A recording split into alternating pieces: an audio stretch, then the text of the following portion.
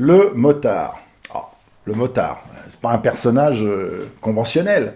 Hein, bon, on dit le cycliste, si on parle des cyclistes du Tour de France, par exemple, du Giro d'Italie, bon, effectivement, ce sont des héros, quelque chose de l'héroïsme immédiatement. Le motard, on pourrait dire qu'il n'y a jamais de banalisation du fait d'être motard, même si longtemps, d'ailleurs, les motards ont été d'abord des gens qui ne pouvaient pas s'offrir une voiture et qui donc roulaient en moto parce que les motos étaient moins chères que les voitures.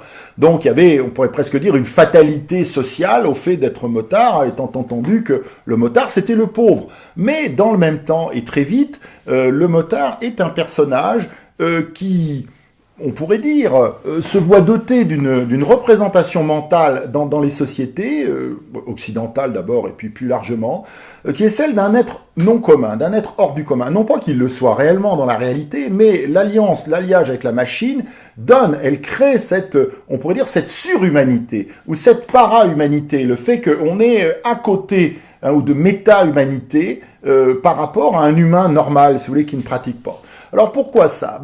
C'est lié, je crois, cette représentation du motard, c'est lié d'abord au rapport très particulier, très intime qu'un motard entretient toujours avec sa machine. Et cette intimité des rapports n'est pas sans poser problème dans la mesure où elle est contre nature. Bon, l'amour qu'un homme, qu'une femme produisent envers un autre homme, une autre femme, quelles que soient les directions de cet amour, d'ailleurs, ou leur distribution, c'est quelque chose de logique. En revanche, l'amour que l'on voit à une mécanique, à un objet qui, au fond, est un objet technique, bon, industriel, hein, le plus clair du temps, donc vulgaire, tout ça est très, très anormal. D'autant quand cet amour déborde, en quelque sorte, ce que seraient les limites d'un amour raisonné, rationnel, on pourrait dire apollinien, pour passer dans le champ de la passion. C'est-à-dire dans le champ de ce que Nietzsche appelait le dionysiaque, c'est-à-dire une sorte de dérèglement rimbaldien de tous les sens. Bon.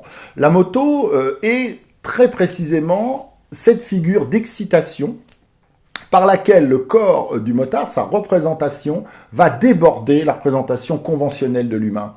Et on le voit très vite dans l'imaginaire des bikers, en quelque sorte des motards, qui est toujours porté avec beaucoup d'excès, et souvent une sorte d'exagération qui rend compte pas forcément de ce qu'est la réalité, mais donc une représentation liée donc à l'excès amoureux, à la passion, à la fusion de l'homme et de la mécanique, également une sorte de violence, quelque chose des rapports. La moto est ou peut être un outil violent. Finalement, cette violence, l'homme qui la crée pour elle, hein, bien sûr, en la manipulant d'une certaine façon, pour la vitesse, cette violence rejaillit sur le motard. Donc, d'une certaine façon, on le voit bien d'ailleurs aujourd'hui dans nos sociétés de la très grande banalisation du concept de personnalisation, où il faut être absolument quelqu'un alors même qu'on n'est absolument personne. On ne s'est jamais tous autant ressemblés les uns les autres autant que nous sommes. On voit comment très souvent l'acquisition d'une moto, le fait de rentrer dans une communauté motocycliste et d'adopter les us et coutumes permet de construire une personnalisation hors norme.